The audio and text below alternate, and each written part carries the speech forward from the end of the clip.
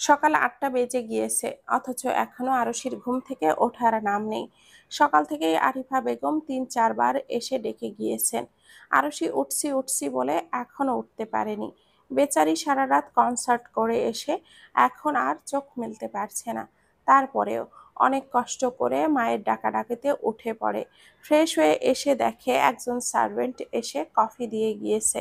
আরশি সচরাচর কফি খায় না। যেদিন কনসার্ট থাকে সেই দিনই খেতে হয়। টানা ৪-৫ ঘন্টা গান গাওয়ার পর গরম পানি কিংবা কফি না খেলে গলার ১২টা বেজে যায়। আরশি গিয়ে কফির মগটা হাতে নিয়ে বিহানের কথা মনে পড়ে যায়। না চাইতেও ওর ঠোঁটের কোণে এক চিলতে হাসি ফুটে ওঠে। আরশি সেই হাসি ঠোঁটে ধরে রেখেই নিচে নেমে আসে। সিঁড়ির কাছে এসে থেমে যায়। চোখ এইদিকে ওইদিকে ঘুরিয়ে দেখতে থাকে আরশি কুঞ্জের নতুন রূপ। আজকে আরশি কুঞ্জ নতুন করে সাজানো হচ্ছে, তাজা নানান রকমের ফুল ও ডেকোরেশনের জিনিস দিয়ে। সাজানোর অবশ্য কারণ আছে, সেটা না হয় পরেই জানা যাক। আরশি নিচে নেমে আসে। মাকে ডাইনিংয়ে খাবার সাজাতে দেখে সেই দিকে এগিয়ে যায়। আরিফা বেগম মেয়েকে দেখে বলেন, তোর এখন ওঠার সময় হলো? আমি কখন থেকে তোকে ডাকছি, ওই বাড়ি যাবি কখন? আরশি কফি খেতে খেতে জবাব দেয়, ব্রেকফাস্ট করেই বের হব। ঠিক আছে, দ্রুত যাবি দ্রুত আসবি। আরশি মায়ের কথায় হেসে বলে, তোমার তো দেখছি অনেক তাড়া। আরিফা বেগম আরশির দিকে এক পলক তাকিয়ে আবার নিজের কাজে ব্যস্ত হয়ে বলে, তো তারা থাকবে না?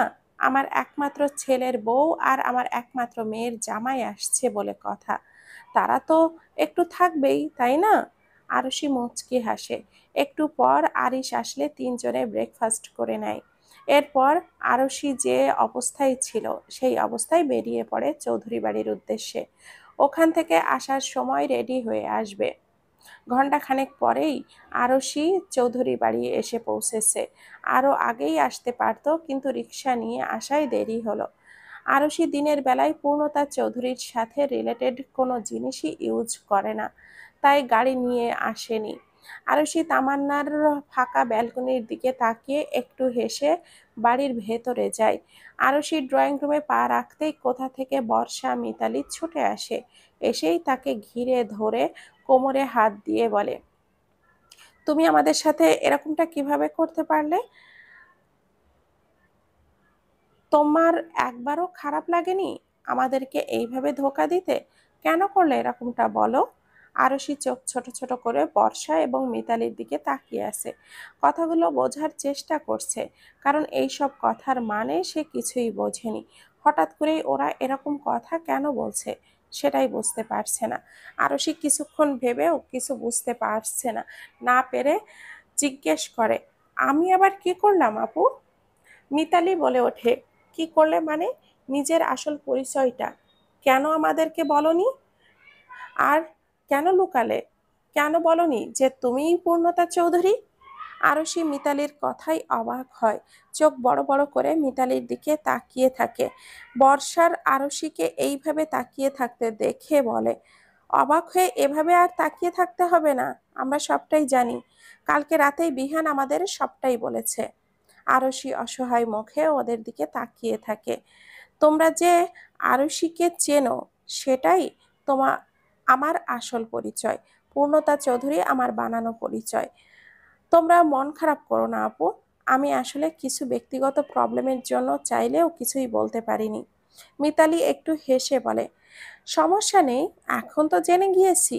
আর আমাদের প্রিয় পূর্ণতা চৌধুরীকেও দেখতে পেয়েছি, তাই আমাদের আর কোনো অভিযোগ নেই। আরশি একটু হেসে বর্ষা আর মিতালিকে একসঙ্গে জড়িয়ে ধরে। ওরাও হেসে আরশিকে জড়িয়ে ধরে। আঞ্জুমান বেগম ড্রয়িং রুমে এসে আরশিকে দেখে বলেন, আরশি কখন আসলি? আরশি ওদের দুজনকে ছেড়ে আঞ্জুমান বেগমের কাছে গিয়ে বলে, একটু আগে এসেছি মা। তুমি এখনো রেডি হওনি কেন? কখন যাবে? আঞ্জুমান বেগম বলে ওঠে, তোর আসার অপেক্ষাই করছিলাম, তুই এসে পড়েছিস, এখনই বের হব। তুই পরে সবাইকে নিয়ে যাস। আরশি কিছুটা দেখে তারা দেখিয়ে বলে, হ্যাঁ হ্যাঁ, আমি সবাইকে নিয়ে যাচ্ছি, তুমি আর বাবা আগে যাও। তোমার বান্ধবী সেই কখন থেকে তোমার জন্য অপেক্ষায় পথ চেয়ে বসে আছে। আঞ্জুমান বেগম আরশির বলার ভঙ্গিমা দেখে হেসে ফেললেন, বললেন, ঠিক আছে, আমরা এখনই বের হচ্ছি, তুই গিয়ে বিহানকে ডাক দে, শেষ রাতে এসেছে ছেলেটা, এখনো ওঠেনি। ঠিক আছে বলে ওপরে চলে যায়। আঞ্জুমান বেগম নিজের রুমে যান রেডি হওয়ার জন্য। তিনি আর এরশাদ চৌধুরী আগে যাবেন, কারণ ওইদিকে অনেক কাজ পড়ে আছে। আরিফা বেগম আর আরশি একা সামাল দিতে গেলে অনেক দেরি হয়ে যাবে, তাই তারা আগে যাবেন ওই দিকটা ওদের সাথে সামাল দেওয়ার জন্য। আরশি বিহানের রুমে এসে দেখে বিহান উদম গায়ে উপুড় হয়ে শুয়ে আছে, পিঠের মাঝ বরাবর পর্যন্ত কমফোর্টার টেনে রাখা। আরশি শুকনো ঢোক গিলে বিহানের কাছে এগিয়ে যায়, কয়েকবার ডাকে কিন্তু বিহান ওঠে না। বিহানকে উঠতে না দেখে আরশি উল্টো ঘুরে যেতে নিলে বিহান আরশির হাতটা ধরে টান দেয়। আরশি হুমড়ি খেয়ে এসে পড়ে বিহানের ওপরে। বিহান আরশিকে জড়িয়ে ধরে ঘুমন্ত কণ্ঠে বলে, মুখে কয়েকবার ডেকে কেউ এইভাবে চলে যায়? তুমি তো দেখছি স্বামীকে ঘুম থেকে ওঠাতেও শেখোনি। আরশি বিহানের ওপর থেকে ওঠার চেষ্টা করে বলে, আমার এত শেখা লাগবে না। আরশি বিহানের ওপর থেকে ওঠার চেষ্টা করাই বিহান বিরক্ত হয়ে আরো শক্ত করে জড়িয়ে ধরে বলে, শিখতে হবে বউ, শিখতে হবে। তুমি না শিখলে যে আমার ভবিষ্যতের সকল কিছুই বরবাদ হয়ে যাবে। আপনার ভবিষ্যতের সকালটা চুলোই যাক, আমাকে এখন ছাড়ুন। তামান্নাদের বাসায় যেতে হবে, সময় বেশি নেই হাতে। আপনিও তাড়াতাড়ি উঠে পড়ুন।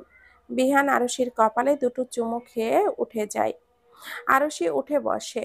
বিহান প্রশ্ন করে, কয়টা বাজে? আরশি হাতঘড়িতে সময় দেখে বলে, 10:30 বাজে, উঠুন আমি গেলাম। বলেই আরশি চলে যায়। বিহান আরশির যাওয়ার দিকে কিছুক্ষণ তাকিয়ে থেকে উঠে ওয়াশরুমে চলে যায় ফ্রেশ হওয়ার জন্য। আরশি বাকি সবাইকে রেডি হতে বলে নিজের রুমে আসে। সেই দিনের ওই পার্সেল বক্স আর আরিশের দেওয়া শাড়ির প্যাকেটটা হাতে নেয়। এরপর তামান্নাদের বাসায় যায়। তামান্না মাত্রই শাওয়ার নিয়ে বেরিয়ে আরিশের হাতে এতগুলো প্যাকেট দেখে জিজ্ঞেস করে, এতগুলো প্যাকেট কিসের? আরশি দাঁত কেলিয়ে হেসে তামান্নার দুই বাহু ধরে ড্রেসিং এর সামনে বসিয়ে দেয়। এরপর ড্রয়ার থেকে হেয়ার ড্রায়ার বের করে তামান্নার চুলগুলো হাতে নিয়ে বলে, আজকে না আমার খুব শখ, শাড়ি পরতে ইচ্ছে করছে, খুব সুন্দর করে সেজে ফটোশুট করব ভাবছি, তাই তোর কাছে এলাম তোকে সাজাতে। তামান্না ভুরু কুঁচকে বলে, তুই শাড়ি পরে ফটোশুট করবি ভালো কথা, আমার কাছে এগুলো নিয়ে এসেছিস কেন সাজাতে? আরশি হেয়ার ড্রায়ার দিয়ে তামান্নার চুলগুলো শুকাতে শুকাতে বলে, না, তোকে সাজাতে। তামান্না চোখ বড় বড় করে বলে, মানে? মানে তুইও আমার সঙ্গে ফটোশুট করবি? একদম আমি এসব করব না বুঝলি, তোর ইচ্ছে করেছে তুই কর না, আমাকে কেন টানছিস সেসবের মধ্যে? কারণ তুই আমার বান্ধবী অ্যান্ড ভাইয়ের বউ, তাই। তামান্না ভাইয়ের বউ কথাটা শুনে চুপ হয়ে যায়। মুহূর্তের মাঝেই মুখে মলিনতার ছাপ স্পষ্ট হয়। আরশি দেখেও না দেখার ভান করে চুল শুকাতে থাকে। তামান্না হাজারবার বারণ করা সত্ত্বেও আরশি এক প্রকার জোরপূর্বক আরিশের দেওয়া লাল জামদানি শাড়িটা পরিয়ে সাজিয়ে দেয়। মাথায় লাল দোপাট্টা, খোঁপায় লাল গোলাপ গুজে দেয়। মুখে হালকা মেকআপ, ঠোঁটে লাল লিপস্টিক, চোখে গাঢ় কাজল, দুই হাতে স্বর্ণের চুড়ি, গলায় স্বর্ণের নেকলেস, সব মিলিয়ে অসম্ভব সুন্দর লাগছে মেয়েটাকে। তামান্না স্বর্ণের জিনিসগুলো কেন পরাচ্ছে জিজ্ঞেস করলে আরশি ধমক দিয়ে চুপ করিয়ে দেয়। তামান্না বাংলার পাঁচের মতো মুখ করে আরশির দিকে তাকিয়ে আছে।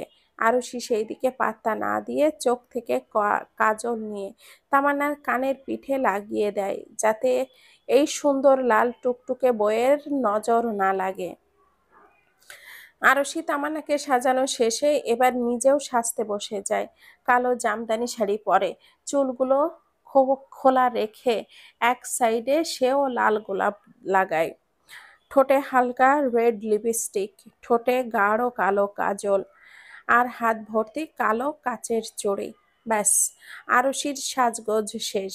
এটুকু সাজেই মেয়েটাকে যেন অপ্সরার ন্যায় সুন্দর লাগছে। তামান্না মুখ ফুলিয়ে আরশির দিকে উদ্দেশ্য করেই বলে, এইটা কি হলো? নিজে এতটা সিম্পল সেজেছিস, আর আমাকে এরকম বইয়ের মতো সাজিয়ে দিলি কেন? আরশি ভাবলেশহীন কণ্ঠে বলে, কারণ তুই বউ তাই। তামান্নার মুখ হা হয়ে যায়, চোখ বড় বড় করে বলে, মানে? মানে তোর মাথা বেয়াদব। এখন চল, দেরি হয়ে যাচ্ছে। বলেই আরশি তামান্নাকে নিয়ে রুম থেকে বেরিয়ে আসে। ড্রয়িং রুমে গিয়ে দাঁড়িয়ে আখিল সাহেব আর গালিবা তাকে ডাক দেয় আরশিকে। Uncle, uncle, aunty. দুইবার ডাকতেই রুম থেকে বেরিয়ে আসে আখিল সাহেব আর গালিবা বেগম। ওনারা আসতেই আরশি দুইজনের উদ্দেশ্যে বলে ওঠে, আমাদের ঘরের এক মহামূল্যবান রত্ন সাজিয়ে গুছিয়ে আপনাদের কাছে রেখে গেলাম। ওকে সাবধানে নিয়ে আসবেন আর আমাদের হাতে তুলে দিবেন। আখিল সাহেব আরশির কথা শুনে খুশি হয়। স্মিত হেসে বলে, অবশ্যই মা, তোমাদের মূল্যবান রত্ন তোমাদের হাতেই তুলে দিব। চিন্তা করো না, তোমরা সাবধানে যাও, আমরা একটু পরেই আসছি। গালিবা বেগম আর তামান্না আরশি আর আখিল সাহেবের দিকে তাকিয়ে আছে, কারণ এদের দুজনের কথার মানে তারা দুই মা মেয়ে কিছুই বুঝতে পারছে না। আরশি একটু হেসে আখিল সাহেবের কথায় সম্মতি জানিয়ে চলে যেতে নিলে তামান্না পেছন থেকে ডেকে বলে, কিরে, আমাকে রেখে যাচ্ছিস কেন? ফটোশ্যুট করবি না? করব তো, ফটোশ্যুটের জন্যই তো আমি আগেই যাচ্ছি। তোকে আঙ্কেল আন্টি ওখানে নিয়ে আসবে। বলেই আরশি চলে যায়। তামান্না কিছু না বুঝে শুধু তাকিয়ে থাকে। গালিবা বেগম তামান্নার দিকে এক পলক তাকাতেই ওনার বুকের ভেতরে ধক করে ওঠে। না চাইলেও বুকে এক অসহ্য চিনচিনে ব্যথা শুরু হয়, যে ব্যথার কারণ গালিবা বেগমের জানা নেই। আখিল সাহেব মেয়ের দিকে কিছুক্ষণ তাকিয়ে থেকে হুট করেই বুকে জড়িয়ে নেয়। তামান্নাও শান্ত হয়ে বাবার বুকে পড়ে থাকে। আখিল সাহেব মেয়ের মাথায় আদুরে স্পর্শ এঁকে মলিন হেসে বলে, আমার মাকে আজকে ভীষণ সুন্দর লাগছে। আসমানের পরীও আজকে আমার মেয়ের সৌন্দর্যের কাছে হার মেনেছে। তামান্না বাবার কথা শুনে গালিবা বেগম না চাইতেও তার চোখ দিয়ে দুফোঁটা অশ্রু গড়িয়ে পড়ে। আরশি বাড়িতেই আসতেই দেখে বর্ষা, মিতালি, নেহাল, আকাশ, আদিল সবাই রেডি হয়ে বাগানে ছবি তুলছে। বিহান এখানে নেই, হয়তো নিজের রুমে আছে। আরশি দাঁড়িয়ে ওদের ছবি তোলা দেখছে, মুখে মিষ্টি হাসি লেপ্টে রয়েছে। আজকে আরশি একটু বেশি হাসছে, হয়তো অনেক কাঙ্ক্ষিত কিছু পেতে চলেছে, তাই তার মুখ থেকে এই মায়াবী মিষ্টি হাসিটা সরছেই না। মিতালি ছবি তোলার সময় হঠাৎ আরশির ওপর নজর পড়তেই মুখ দিয়ে আপনা আপনি বের হয়ে আসে, মাশাল্লাহ, মাশাল্লাহ, কত সুন্দর। মিতালির মুখে হঠাৎ মাশাল্লাহ শুনে সবাই তার দিকে তাকায়। মিতালিকে তাদের পেছনের দিকে মুগ্ধ দৃষ্টিতে তাকিয়ে থাকতে দেখে কৌতূহলবশত তারাও পেছনে ফিরে তাকায়। তাদের মুখ থেকেও বেরিয়ে আসে মাশাল্লাহ। আরশি তাদের থেকে কিছুটা দূরে থাকলেও শুনতে পায় মেয়েটা একটু লজ্জা পেতে নেবে।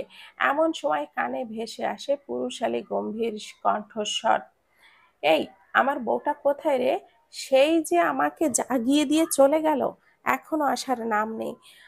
তার অভাবে যে তার জামাইয়ের প্রেশার ফল করছে, সেই দিকে তার কোনো খেয়ালই নেই। কথাগুলো বলছে আর বিহান পাঞ্জাবির হাতাটা গোটাতে গোটাতে বাগানের দিকেই আসছে। সবাই বিহানের কথায় মুখ টিপে হাসছে। আদিল বিহানের দিকে তাকিয়েই বলে, অকালে চোখ খাইছিস নাকি? সামনে তাকা, তোর বউ সামনে। আদিলের কথা শোনা মাত্রই বিহান সামনের দিকে তাকায়। মুহূর্তেই চোখ জোড়া আটকে যায় এক কালো শাড়িতে মোড়া রমণীর দিকে। বিহান হতবাক, বিমোহিত, চোখ যেন কোনো সিনেমার ফ্রেমের মতো করে স্থির হয়ে আছে। বুকের ভেতরের হৃৎপিণ্ডের তালে তালে ছুটছে, এমন হারে যেন মনে হয় মুহূর্তের মধ্যেই বেরিয়ে আসবে। শরীরের প্রতিটি রন্ধ্রে রন্ধ্রে রক্ত সঞ্চালন বেড়ে যায়। বিহান দুই হাতে বুকের বাম পাশে চেপে ধরে, পেছন দিকে হেলে পড়ে যেতে নিলেই কোনো মতে নিজেকে সামলে নেয়। বেচারার নাজুক অবস্থা। প্রথমবার নিজের বউকে শাড়ি পরে দেখার উত্তেজনা বিহানকে যেন পুরোপুরি গ্রাস করেছে। বিহানের অবস্থা দেখে ওর সব বন্ধুরা একে অপরের কাঁধে হাত রেখে সবাই একসঙ্গে গেয়ে ওঠে, নেশা লাগিল রে, পাকা দুয়ে নয়নে নেশা লাগিল রে, নেশা লাগিল রে, পাকা দুই নয়নে নেশা লাগিল রে। হাসন রাজা পিয়ারির প্রেমে মজিল রে। হাসন রাজা পিয়ারির প্রেমে মজিল রে। নেশা লাগিল রে, পাকা দুই নয়নে নেশা লাগিল রে। নেশা লাগিল রে, পাকা দুই নয়নে নেশা লাগিল রে।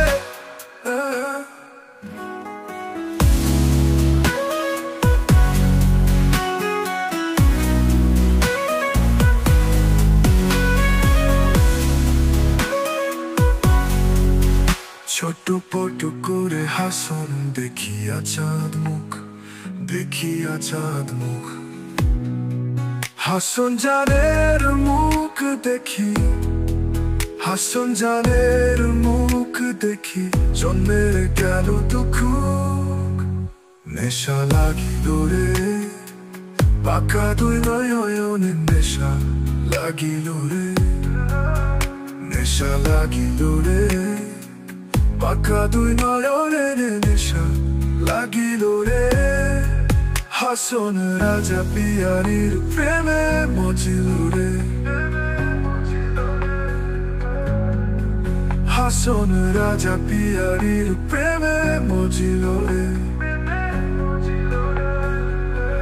নেশা লাগিল রে, পাকা দুই নয়নে নেশা লাগিল রে। নেশা লাগিল রে, পাকা দুই নয়নে নেশা লাগিল রে। সবাইয়ের গান থেমেছে মিনিট খানিক হবে। বিহান এখনো অভিভূতের ন্যায় আরশির দিকে তাকিয়ে আছে। দৃষ্টির কোনো নড়াচড়া নেই, বলতে গেলে এক প্রকার চোখ দিয়ে গিলে খাচ্ছে। বিহানের এমন নজরে আরশির নারী সত্তা কেঁপে ওঠে। লজ্জায় দৃষ্টি এদিকে ওদিকে ঘোরাতে থাকে। বিহান আরশির দিকে তাকিয়ে এই দিকে আসতে নিলে আরশি এক দৌড়ে বাড়ির ভেতরে চলে যায়। আদিলরা সবাই হেসে ওঠে। বিহান বিরক্তির চোখে তাদের দিকে তাকায়। তারা বিহানের এই বিরক্তিকে পাত্তা না দিয়ে তার কাছে এগিয়ে আসে। আদিল নিহাল বিহানের দুই পাশ থেকে দুই কাঁধে হাত রেখে বলে, মামা, তুই তো দেখছি সেই ফাঁসা খেসে গিয়েছিস। এই জন্মে বের হতে পারবি বলে তো আর মনে হয় না। বিহান আরশির যাওয়ার দিকে তাকিয়ে মৃদু হেসে বলে, আমি বের হতেও চাই না। সবাই একসঙ্গে ঠোঁট গোল করে টেনে টেনে নাটকীয় ভঙ্গিতে বলে ওঠে, ও। বিহান এদের হিয়ালিপনায় বিরক্ত হয়ে আদিলের উদ্দেশ্যে বলে ওঠে, হেয়ালি বাদ দিয়ে গিয়ে যা, গাড়ি বের কর। সময় তোদের জন্য বসে নেই, দেরি হয়ে যাচ্ছে, যা। আদিল ভাবলেশহীন একটা ভাব নিয়ে বুকে পাঞ্জাবিতে ঝুলিয়ে রাখা সানগ্লাসটা হাতে নিয়ে চোখে পড়ে নেয়। পড়ার সময় অবশ্য মিতালির দিকে তাকিয়ে চোখ টিপে ঠোঁট গোল করে চুমু দেয়। মিতালি কটমট দৃষ্টিতে তাকায়। আদিল পাত্তা না দিয়েই ভাব নিয়ে গাড়ি বের করতে চলে যায়।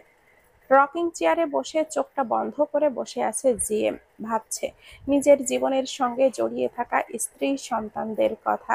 কতগুলো বছর পেরিয়ে গেলে নিজের প্রিয়তমা স্ত্রীকে তিনি দেখেন না।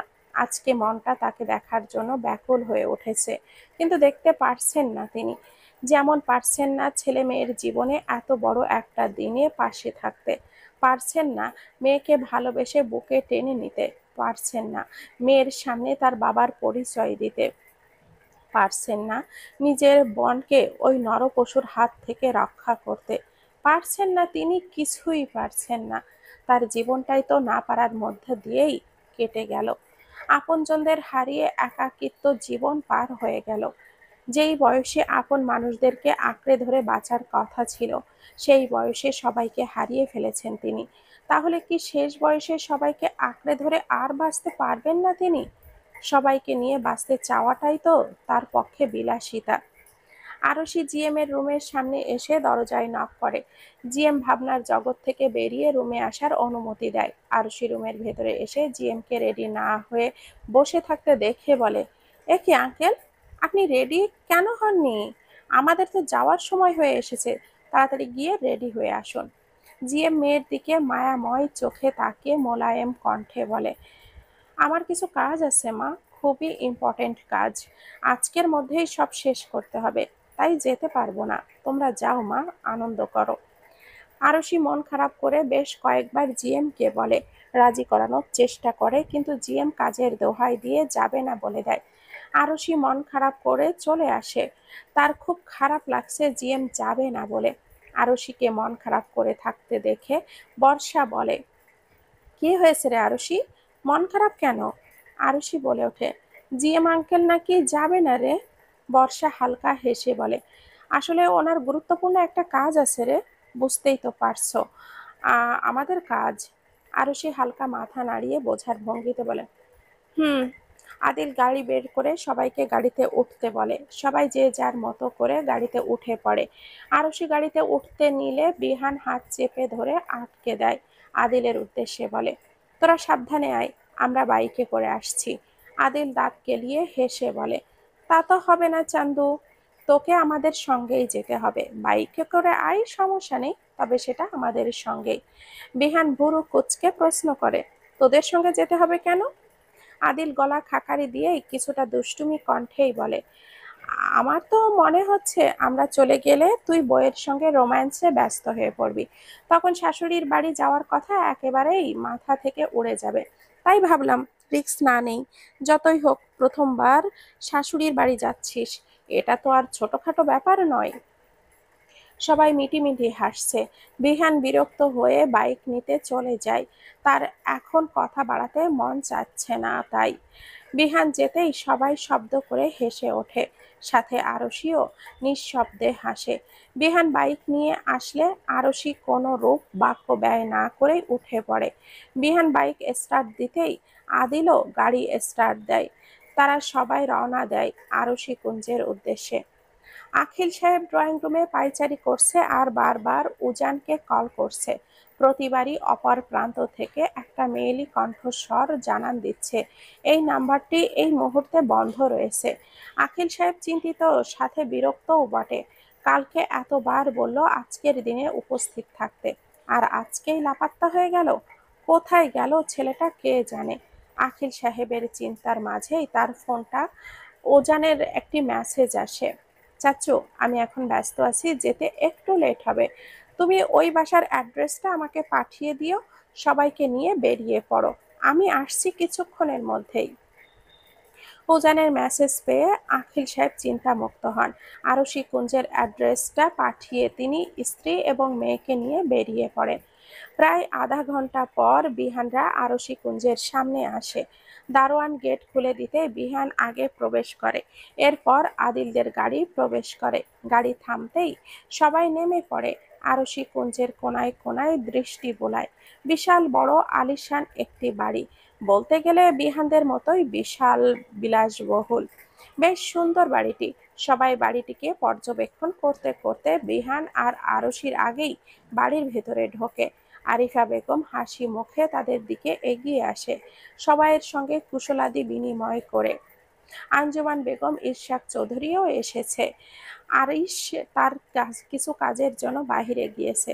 সবার কথা বলার মাঝে বিহান আর আরশির আগমন ঘটে। আরিফা বেগমের হাসি মেয়ে জামাইকে দেখে আরো চওড়া হয়। বিহান এসে ওনাকে সালাম দেয়, আসসালামু আলাইকুম মা, কেমন আছেন? আরিফা বেগম স্মিত হেসে উত্তর দেন, ওয়ালাইকুম আসসালাম বাবা, আলহামদুলিল্লাহ ভালো আছি, তুমি কেমন আছো? বিহানও একটু হেসে জবাব দেয়, আলহামদুলিল্লাহ ভালো। আরিফা বেগম আরো বললেন, আসতে কোনো সমস্যা হয়নি তো বাবা? না, তেমন কোনোই সমস্যা হয়নি।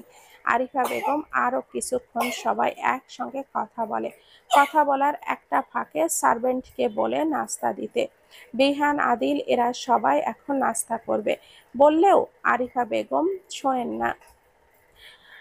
সবাই নাস্তা করে পুরো বাড়িটা ঘুরে ঘুরে দেখছে। আরশি ডেকোরেশনের লোকেদের সবকিছু দেখিয়ে দিয়েছে। সাথে সাথে তাড়াতাড়ি কাজ শেষ করার সাথে তারাও তাড়া দিচ্ছে। শুক্রবার হওয়ায় হাতে একদমই সময় নেই, কারণ নামাজ শেষ হতেই তাদের বাড়িতে শুভ কাজ শুরু হবে। কোমরে আঁচল গুজে কাজ করাই আরশিকে একেবারে এখন গিন্নি গিন্নি লাগছে। খুলে রাখা চুলগুলো আরশির কাজের সঙ্গে সঙ্গে তাল মিলিয়ে দুলছে। লাল রঙা ঠোঁট জোড়া নাড়িয়ে কথা বলে যাচ্ছে, আর দূরে দাঁড়িয়ে সিঁড়ির সঙ্গে হেলান দিয়ে মুগ্ধ দৃষ্টিতে বিহান তা দেখছে। আরশিকে সে দৃষ্টি দেখেও দেখছে না, এক মনে নিজের কাজ করে চলেছে। বিহান এবার অসহায় দৃষ্টিতে বহের দিকে তাকায়। তার ভেতরের সত্তা তাকে অনুব্রত ধিক্কার দিচ্ছে। তার বউ সেজে গুজে কবুতরের বাচ্চার মতো আগে পিছে ঘুরছে, অথচ সেই কাজ সেই সাজ নষ্ট করতে পারছে না। এই জন্য বিহান আর এই ধিক্কার নিতে পারছে না। তাই তো সেই কখন থেকে আকার ইঙ্গিতে তার বউকে ডেকে চলেছে, অথচ তার ধড়িবাজ বউ তার কাছেই ধরাই দিচ্ছে না। ধ্যাত! বিহান অনেক চেষ্টা করার পরেও আরুষিকে তার কাছে আসতে না দেখে বিরক্ত হয়ে ধপ করে গিয়ে সোফায় বসে পড়ে। তখনই নিহাল এসে তাকে নামাজে যাওয়ার জন্য। বিহান আরশির দিকে এক নজরে তাকিয়ে নামাজের উদ্দেশ্যে বেরিয়ে পড়ে। আরশি নিজের কাজ শেষ করে সোফায় এসে বসে। আঞ্জুমান বেগম এক গ্লাস ঠান্ডা শরবত এনে দেন। আরশি স্বভাব সুলভ একটু হেসে শরবতের গ্লাসটা হাতে নেয়। কয়েক চুমুক দিয়ে দরজার দিকে তাকাতেই দেখতে পায় আখিল সাহেব, গালিবা বেগম আর তামান্না আসছে। আরশি দ্রুত শরবতটুকু শেষ করে মাকে ডেকে দরজায় গিয়ে এগিয়ে যায়। আরিফা বেগম, আঞ্জুমান বেগম মিষ্টি ট্রে হাতে নিয়ে ওনাদের সম্মুখে এসে দাঁড়ান। তামান্না ড্যাব ড্যাব করে ওনাদের দিকে তাকিয়ে আছে। মূলত বেচারি এইসবের কিছুই বুঝতে পারছে না, শুধু দেখে যাচ্ছে আর বোঝার চেষ্টা করছে যে তার সাথে হচ্ছেটা কি। আরিফা বেগম তামান্নাকে দেখে মিষ্টি হেসে আওড়ায়, মাশাআল্লাহ।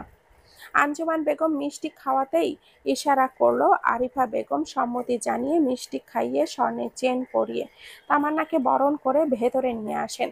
তামান্না রোবটের মতো ছোট ছোট পা ফেলে ভেতরে আসে। আখিল সাহেব হাত ঘড়িতে একবার দৃষ্টি বোলায়। নামাজের সময় হয়ে এসেছে, এখন না গেলে দেরি হয়ে যাবে। আখিল সাহেব সকলের থেকে বিদায় নিয়ে মসজিদের উদ্দেশ্যে রওনা হন।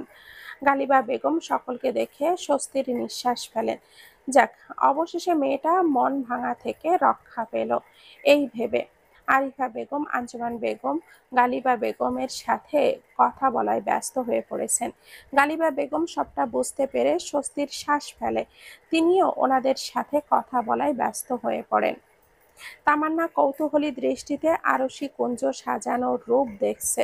হঠাৎই বাহুতে কারোর স্পর্শ পেয়ে পাশ ফিরে তাকায়। আরশিকে দেখতে পেয়ে প্রশ্নসূচক দৃষ্টিতে তাকায়। আরশি মুচকি হেসে মৃদু স্বরে বলে, কিছু বুঝতে পারছিস না, তাই তো? তামান্না হ্যাঁ সূচক মাথা নাড়ায়। আরশি তামান্নার হাতটা ধরে ওপরে যেতে যেতে বলে, আমার রুমে চল, সবটা বুঝিয়ে বলছি। আরুষি তামান্নাকে নিয়ে তার রুমে আসে। বেডের ওপর নিজের পাশে বসিয়ে তামান্নার গালে এক হাত রেখে বলে, আজকে তোর আর ভাইয়ার বিয়ে। তামান্না বিস্মিত নয়নে তাকায়। বুকের ভেতর ধক করে ওঠে, শ্বাস প্রশ্বাসের গতি বেড়ে যায়। আরুষি তামান্নাকে চুপ থাকতে দেখে বলে, আজকে তুই তোর ভালোবাসার মানুষটাকে সারা জীবনের জন্য নিজের করে পেতে চলেছিস। তোর ভালোবাসা আজকে বৈধভাবে তোর হবে। তুই খুশি নস তানু? তামান্না শান্ত দৃষ্টিতে আরশির দিকে তাকায়। কিছু বলতে চাইছে কিন্তু পারছে না। আর গলা যেন কেউ রোধ করে রেখেছে, কথা বলতে দিচ্ছে না। শুধু আখিদ্বয় হতে নীরবে অশ্রু গড়িয়ে পড়ছে। আরশি তামান্নার চোখের পানি মুছিয়ে দিয়ে তাকে আলতো করে জড়িয়ে ধরে বলে, কাঁদছিস কেন বোকা মেয়ে? আজকে তো তোর খুশির দিন, কান্না করার দিন না। একদম কাঁদবি না, বুঝেছিস? তামান্না চোখের পানি ঠোঁটে আলতো হাসি নিয়ে মাথা নাড়ায়। হঠাৎ মনের কোণে প্রশ্নরা উকি দেয়, আচ্ছা, আরিশ কি বিয়ে করতে মন থেকে রাজি হয়েছে?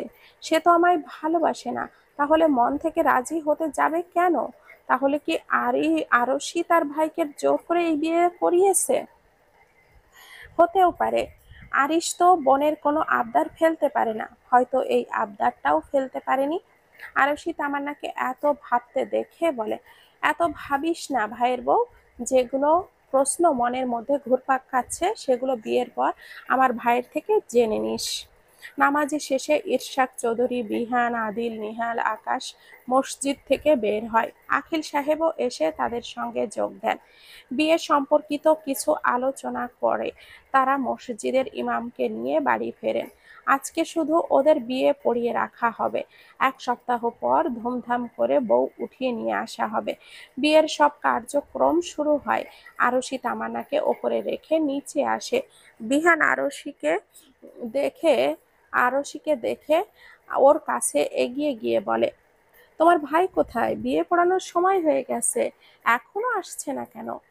ভাইয়া নামাজ পড়ে একটু আগেই এসেছে, আপনারা আসার 2 মিনিট আগেই। কি যেন একটা কাজে রুমে গিয়েছে। ও, এখন যাও, তোমার ভাইয়াকে ডেকে নিয়ে আসো, সাথে তামান্নাকেও নিয়ে আসো। আরশি ঠিক আছে বলে ওপরে চলে যায়। ভাইকে ডেকে নিচে যেতে বলে তামান্নার কাছে যায়। গিয়ে দেখে মিতালি, বর্ষাও তামান্নাকে নিতে চলে এসেছে। আরশি, মিতালি, বর্ষা 3 জনে মিলে তামান্নাকে নিচে নিয়ে আসে। ড্রয়িং রুমে এক সাইডে ডেকোরেশন করা বিয়ের আসরে নিয়ে যায়। আরশির আরিশের মুখোমুখি চেয়ারে বসায় তামান্নাকে। তারা মুখোমুখি বসলেও তাদের মাঝে সাদা কাপড় টানানো রয়েছে। আরিশের পাশে সব ছেলেরা আর তামান্নার পাশে সব মেয়েরা রয়েছে। যেহেতু একটা ঘরোয়া ভাবে বিয়ে, তাই পরিবারের মানুষ ছাড়া অন্য কেউ নেই। কাজী সাহেব প্রথমে তামান্নার কাছে আসে, বিয়ের খুতবা পড়ে কবুল বলতে বলে। তামান্না কবুল না বলেই পাথরের মূর্তির মতো করে বসে আছে। তার বিশ্বাসই হচ্ছে না যে আজকে তার ভালোবাসার মানুষটাকে একান্ত নিজের করে পেতে চলেছে। বিশ্বাস হচ্ছে না যে আজকে তার এতদিনের অপেক্ষার প্রহর শেষ হতে চলেছে। আরশি তামান্নার কাঁধে হাত রেখে কবুল বলতে যাবে। তামান্নার বাবা মায়ের দিকে তাকিয়ে কেঁদে ওঠে। আখিল সাহেব উঠে এসে মেয়েকে বুকে আগলে নেয়। ওনার চোখ দিয়ে অশ্রু গড়িয়ে পড়ছে। আদরের একমাত্র মেয়েকে অন্যের হাতে তুলে দিতে হবে ভেবেই ওনার কলিজাটা ছিঁড়ে যাচ্ছে, এফোর ওফোর হচ্ছে। কিন্তু কি করার, এটাই যে নিয়তি। তামান্না বাবার বুকে মাথা রেখে মায়ের দিকে হাত বাড়িয়ে দেয়। গালিবা বেগমের কি হলো কে জানে। তামান্না ওনার দিকে হাত বাড়িয়েই জড়িয়ে ধরে। গালিবা বেগম তামান্নার মাথায় হাত রেখে কবুল বলতে বলে। তামান্না কিছুক্ষণ সময় নিয়ে কবুল বলে দেয়। এরপর কাজী সাহেব আরিশের কাছে যায়। আরিশকে কবুল বলতে বললে সে সাথে সাথেই কবুল বলে দেয়। সবাই আলহামদুলিল্লাহ বলে ওঠে। বিহান ভুরু কুঁচকে আরিশের দিকে তাকিয়ে বলে, একটু তো সময় নিয়ে কবুল বলতে পারতে, এত তাড়াহুড়ো করে বলার কি দরকার ছিল? তোমার বউ তো আর পালিয়ে যাচ্ছে না, অধৈর্য পাবলিক কোথাকার। আরিশ একবার বিহানের দিকে তাকিয়ে চোখ ঘুরিয়ে নেয়। তার এখন তর্ক করতে ইচ্ছে করছে না। সে তো এখন তার বউকে দেখার জন্য ব্যাকুল হয়ে আছে। কিন্তু কেউ তো পর্দা সরাচ্ছেই না। কি মুশকিল, বউকে আজকে দেখতে দিবে না নাকি? বিহান মুখ বাঁকিয়ে আরিশের দিক থেকে দৃষ্টি সরিয়ে পর্দার এপার থেকে আরশিকে উদ্দেশ্য করে বলে, মিসেস চৌধুরী, পর্দা সরিয়ে দিন। আপনার ভাই আপনার ভাবিকে দেখার জন্য ব্যাকুল হয়ে আছে। একটু আপনার ভাইয়ের ওপরে কৃপা করুন। সবাই বিহানের কথা শুনে হেসে ওঠে। আরিশ কটমট দৃষ্টিতে বিহানের দিকে তাকায়। বিহান তো দৃষ্টিকে পাত্তা দেয় না। আরশি হেসে পর্দাটা সরিয়ে দেয়। বিহান সহ তার পুরো বন্ধু মহল 180 ভোল্টেজের শক ঝটকা খায় গালিবা বেগমকে তামান্নার পাশে বসে থাকতে দেখে। বিহান, আদিল, নিহাল, আকাশ একে অপরের মুখ চাওয়াচাই করছে। মিতালি, বর্ষা ওদের দিকে তাকিয়ে আছে। বিহান বর্ষাকে ইশারা করে বোঝায়, উনি এখানে কিভাবে? বর্ষা মোবাইল বের করে কিছু একটা লিখে সেন্ড করে। বিহানকে ইশারা করতেই বোঝায় ফোন চেক করতে। বিহান ফোনটা চেক করে। বর্ষার মেসেজ এসেছে, উনি তামান্নার মা, আখিল সাহেবের স্ত্রী। আমরা কিছুক্ষণ আগেই জানতে পেরেছি। তোদের বলতে চাচ্ছিলাম কিন্তু বিয়ের চক্করে বলতে পারিনি। বিহান মেসেজটি দেখে তখনই তার বাকি টিম মেম্বারদের জন্য একজনকে ফোন করে আসে।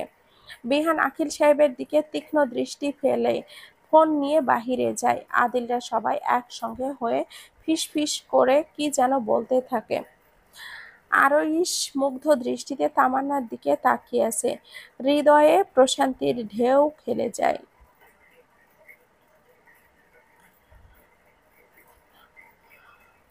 লাল মিষ্টি টুকটুকে বউটাকে দেখে। বউ? হ্যাঁ, বউ তো, তার বউ।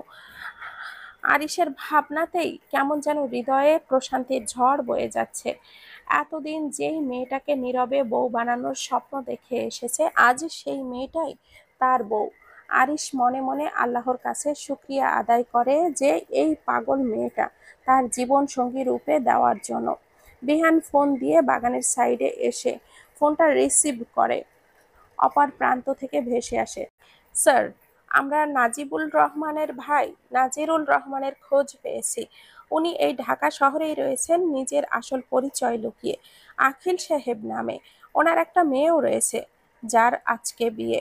বিহান অবাক হয়ে সাই জানায় সবটা।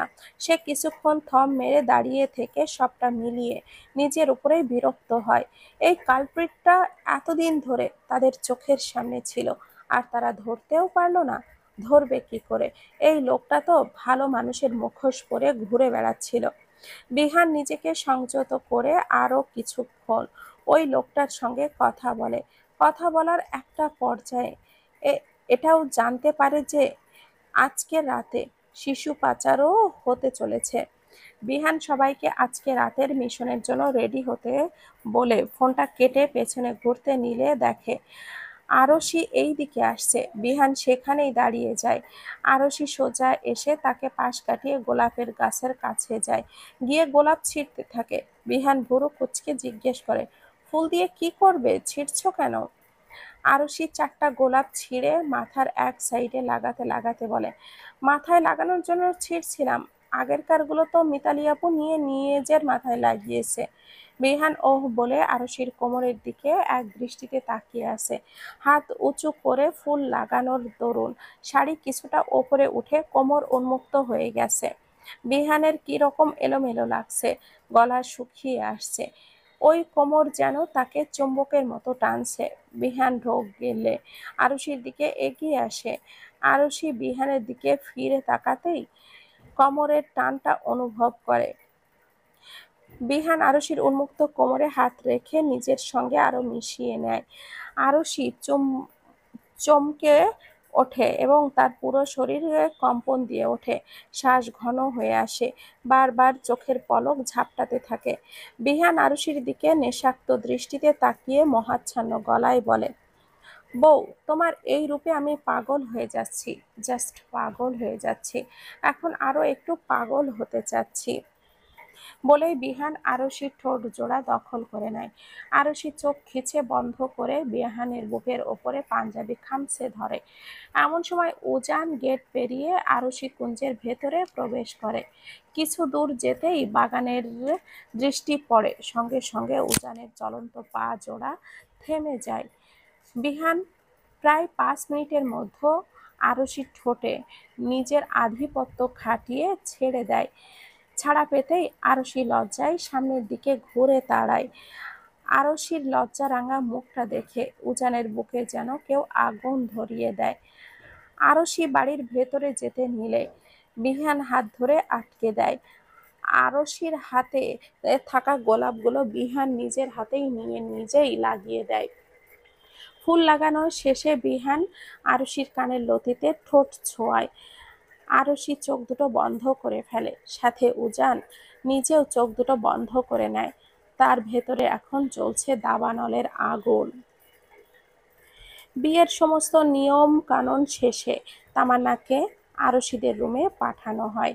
মেয়েটা কান্নাকাটি করে শরীর খারাপ করে ফেলেছে, এখন একটু রেস্ট নেওয়া প্রয়োজন। আরশি তামান্নাকে আরিশের রুমে রেখে আসে। কিছুক্ষণ পর খাওয়া দাওয়া শেষে আরশি ভাইকে তার রুমে যেতে বলে। তামান্নার খাবার রুমে পাঠানো হয়েছিল। গালিবা বেগম আজ নিজের হাতে তামান্নাকে খাবার খাইয়ে দিয়েছেন। খাওয়ার সময় তামান্না প্রচুর কান্না করেছে, প্রথমবার মায়ের হাতে খাওয়ার খুশিতে। গালিবা বেগম প্রতিক্রিয়াহীনভাবে খাইয়ে দিয়েছে। আজকে ওনার কি হয়েছে জানেন না তিনি, তবে নিজের মেয়ের মতো মেয়ের কথা খুব বেশি মনে পড়েছে। হয়তো তার মেয়ে থাকলে আজকে এত বড়ই হতো, তার মেয়েও বিয়ে হতো। গালিবা বেগম হয়তো নিজের মেয়ের শূন্যতা কাটাতেই তামান্নার সঙ্গে এই ব্যবহারটা করছেন। তবে যেই কারণেই করে থাকুক না কেন, তামান্নার মনে বেশ প্রভাব পড়েছে। ডিপ্রেশন থেকে কয়েক ধাপ বেরিয়ে এসেছে আজকের দিনে তার জীবনে ঘটে যাওয়া সব ঘটনার জন্য। তামান্নার ডিপ্রেশনে যাওয়ার পেছনে তো এই দুটো মানুষই ছিল। আজকে হুট করেই দুইজন মানুষকে এইভাবে পেয়ে অ্যাংজাইটি ডিসঅর্ডার নামক রোগ থেকে অনেকটাই বেরিয়ে এসেছে, যেটা তাকে দেখেই বোঝা যাচ্ছে। আজকে তামান্নার মুখে হাসি ফুটেছে। বাবা মাকে ছেড়ে থাকার কষ্ট হলেও সেটা প্রিয় মানুষকে পাওয়ার আনন্দের কাছে হার মেনেছে। এতদিন যে মেয়েটার মুখে হাসি ছিল না, আজ সেই মেয়েটার মুখে হাসি ফুটে উঠেছে। আখিল সাহেব পরম তৃপ্তি নিয়ে মেয়েটার এই হাসিগুলো দেখছে। আরিশের রুমে আসতে আসতেই প্রায় সাড়ে সাড়ে চারটা বেজে যায়। আরিশ আরিশ এসে দরজা খুলে রুমে প্রবেশ করে, কি মনে করে যেন দরজা আটকিয়ে পেছনে ফিরে তাকায়। বেডের ওপরে তামান্না গুটিসুটি হয়ে ঘুমিয়ে আছে। দেখতে দেখতে একদম আদুরে বিড়ালের মতো লাগছে। আরিশ ঠোঁট টিপে হেসে তামান্নার কাছে এগিয়ে আসে।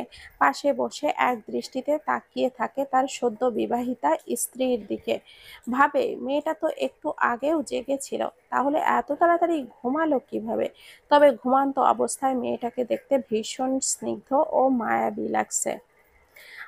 আরিশ কিছুটা ঝুঁকে তামান্নার কপালে পরপর কয়েকটা ভালোবাসার পরশ এঁকে দেয়। তামান্না সামান্য কেঁপে ওঠে, পিটপিট চোখ করে সামনে চোখ মেলে তাকায়। সামনে আরিশকে বসে থাকতে দেখে প্রতিক্রিয়াবিহীন এক দৃষ্টিতে তাকিয়ে থাকে। চোখের পলক ফেলে না, যেন পলক পড়লেই মানুষটি হারিয়ে যাবে, আর দেখতেই পাবে না, আর তার চোখের তৃষ্ণা আর মিটবে না। আরিশ তামান্নার এই দৃষ্টি দেখে সে দৃষ্টি সরায়, পূর্বের ন্যায় একইভাবে তাকিয়ে থাকে। তামান্না হঠাৎই শোয়া থেকে উঠে বসে, আরিশকে শক্ত করে জড়িয়ে ধরে, বুকে মুখটা লুকিয়ে ফুপিয়ে কেঁদে ওঠে। আরিশ নিজেও শক্ত করে নিজের সঙ্গে মিশিয়ে নেয় তামান্নাকে। ভালোবাসার মানুষের আশকারা পেয়ে তামান্নার কান্নার বেগ আরো বেড়ে যায়। আরিশ তামান্নার মাথায় আদুরে হাত বুলিয়ে বলে, কি মেয়ে, এত কাঁদো কেন? এতদিন ভালোবাসার মানুষটাকে না পেয়ে কেঁদেছো, এখন তাকে পেয়েও কাঁদছো? তামান্না কিছুটা সময় নেই অনবরত কান্না কণ্ঠে বলে ওঠে, আমার কেন জানি বিশ্বাস হচ্ছে না আমি সত্যি আপনাকে নিজের করে পেয়েছি। না, পাশের বাড়ির আন্টির মেয়ে পেয়েছে। আরিশের কথার বিরোধিতা করে তামান্না বলে ওঠে, না, আমি পেয়েছি। আরশি ভুরু কুঁচকে তামান্নার দিকে তাকিয়ে বলে, পেয়েছো যখন তখন কাঁদছো কেন? তামান্না কান্না থামানোর চেষ্টা করে বলে, ভালোবাসার মানুষকে নিজের করে পাওয়ার আনন্দে কাঁদছি। আরিশ শব্দহীন হাসে, তামান্নাকে আরো একটু নিজের সাথে মিশিয়ে নেয়। তামান্নাও আদরে বিড়াল ছানার মতো করে বুকে লেপ্টে থাকে। কেউ কোনো কথা বলে না, কেউ কেউ কোনো প্রশ্নও করে না, শুধু একে অপরের সঙ্গে অনুভব করতে থাকে। এভাবেই কিছুক্ষণ সময় গড়ায়। ঘড়ির কাঁটা এসে পাঁচটার ঘরে জ্বলছে।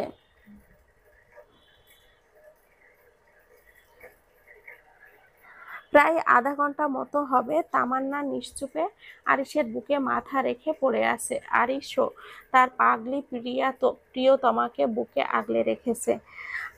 আরিশের ফোনে একটা মেসেজ আসে, ভাইয়া, তানুকে নিয়ে কিছুক্ষণের মাঝে নিচে নেমে আসো, আমরা একটু পরে বের হব।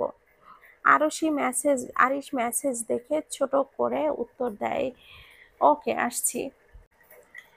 আরিশ ফোনটা রেখে তামান্নার উদ্দেশ্যে বলে, এবার তো ছাড়ো পিচ্ছি, তোমাদের যাওয়ার সময় হয়ে এসেছে, যাও গিয়ে ড্রেসটা চেঞ্জ করে ফ্রেশ হয়ে নাও। তামান্না বুক থেকে মাথাটা তুলে বলে, কোথায় যাওয়ার সময় হয়েছে?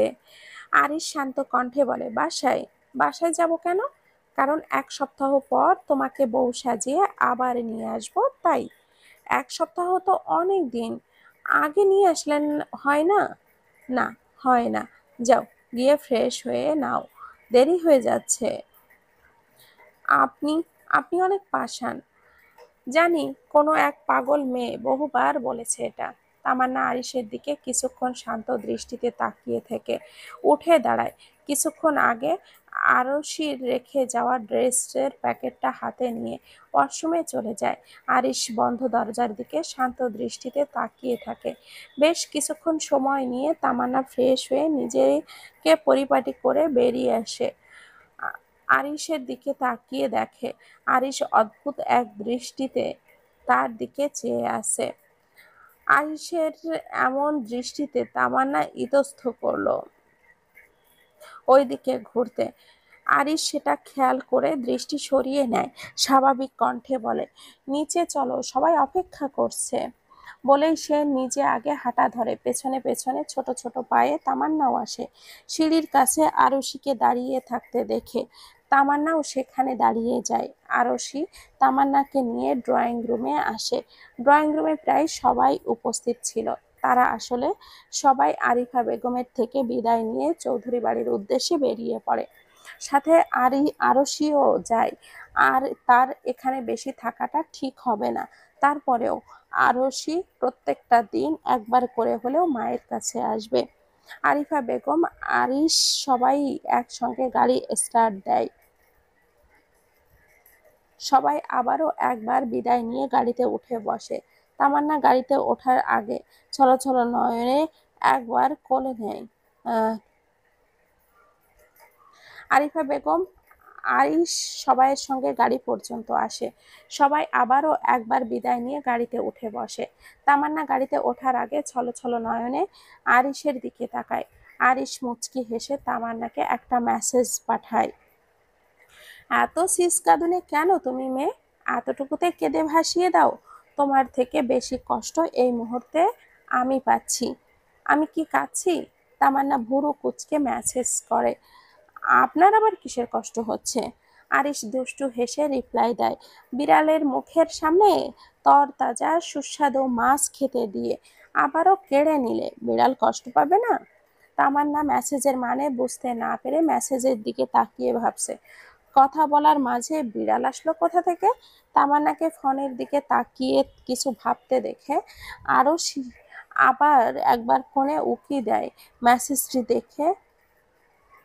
মেসেজটি দেখে বিস্ময়ে হতবাক হয়ে যায়। তামান্নার বাহুতে ধাক্কা দিয়ে বলে, কথাটা কিন্তু বিড়ালের জন্য ছিল না।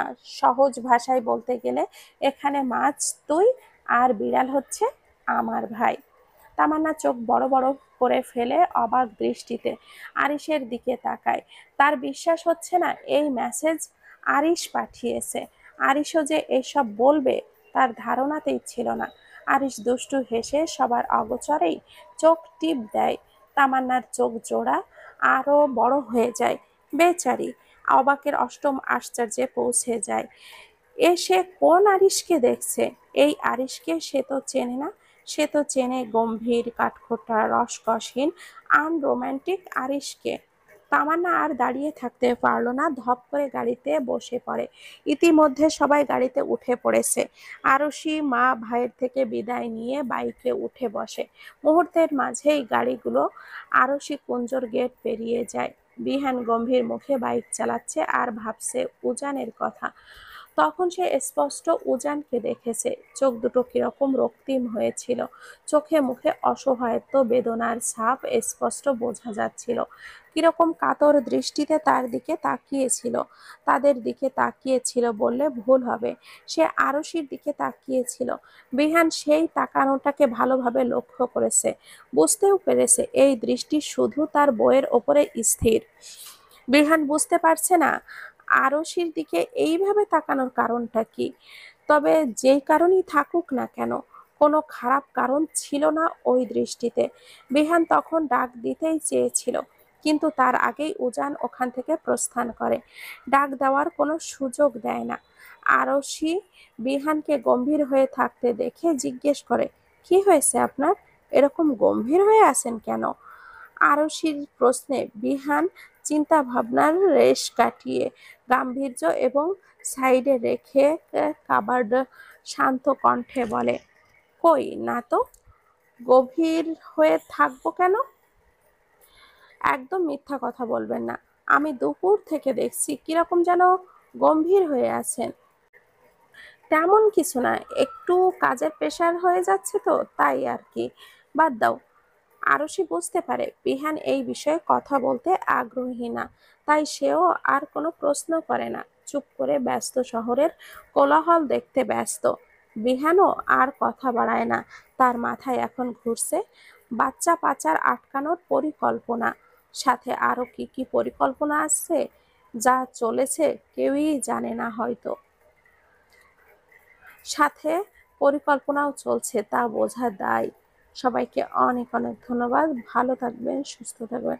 আল্লাহ হাফেজ।